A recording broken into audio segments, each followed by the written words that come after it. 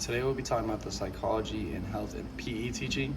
This is my what I'm majoring in, so this is the job that I look to be getting into in my future. So this is the topic I chose. So a little bit about the job. It requires a bachelor's degree in whatever field you're in. Personally, it would be PE and health, but I will have an emphasis on PE. So I'm really just trying to be a gym teacher. I would like health on my resume, but I'm just mainly looking at PE. The job involves working with kids of all ages, usually designated to a certain school level. So in PE, it's K through 12, but I know others are just elementary, just high school. You need to have the ability to adapt on the fly and come up with lesson plans and activities that follow the state curriculum. Always have to follow the state curriculum no matter what topic you are teaching. It has an average salary of $60,000 a year, but it varies depending on wherever you live or where you guys are teaching, and also what type of school you're in. So it could be private, public, doesn't matter. And the job demand is very steady, all of these jobs. All right, so the first topic in psychology that I connected with PE teaching is development. It's very important. Obviously, teaching is all about development. Mainly in elementary teaching, it gets very serious because that's really in your prime developmental years.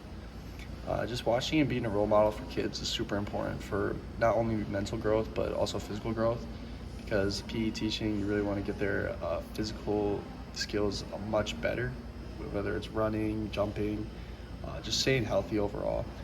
And also just naturally cognitive abilities improves a lot when you age. So when you grow older, your brain just becomes more and more developed, so that is very important, and school really helps with that.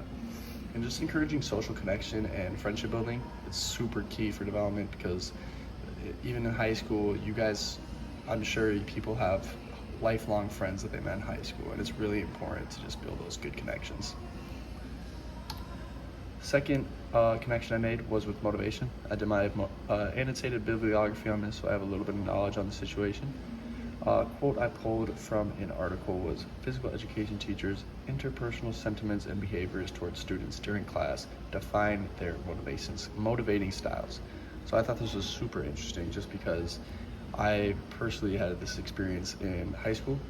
I had a really good teacher in social studies. It was actually American government, but it was a social studies class. And I was always motivated to show up and work hard in that class. I think that really changed my perspective on life, so it's really important to me. Also, another thing in teaching that I see almost every day in my shadowing hours is positive reinforcement. You always got to keep your kids motivated and just making sure that they feel like they're seen, just so that they have the motivation to participate and work hard. And also just setting some goals at the beginning of the year and maybe tracking progress somehow throughout the trimester or semester, whatever your school has. I think that's also very important to do. My third connection is social skills. Obviously, you build your social skills throughout schooling. It's one of the most important things about it. And a quote I pulled was, "When a student can control his or her emotions, is patient to persevere through a problem, and shows genuine care and concern for self and others, he or she can and will embrace the learning required to achieve these outcomes."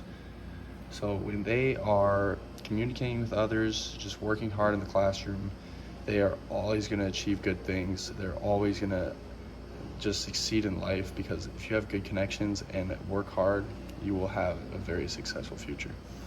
And also just creating a safe, fun, but effective learning environment where students can feel comfortable being themselves, but also just stay focused on the class and not be disruptive. So in conclusion, overall, psychology is very common in teaching, no matter the subject or level. Me personally, it's just PE, so I know it's different for a lot of other ones, but it's extremely important. Stay in touch with psychology. Topics such as motivation, development, and social skills, like I talked about, they show up almost every single day in teaching, along with multiple other concepts in the textbook. I think it is very important for current and upcoming PE teachers to consider how much these concepts connect to lesson planning, teaching styles, and even how they act outside of work. Whether that's writing emails to other teachers, writing emails to parents, grading their students, or also connecting with other teachers of other schools, in school, it doesn't matter. Those can also be lifelong connections that you'll never forget. So that is all I have for today. This is my reference page. The first one will be for motivation. The second one will be for, second one will be for motivation. First one will be for development, and the third one will be for social learning, along with our course textbook on the bottom. Thank you for listening.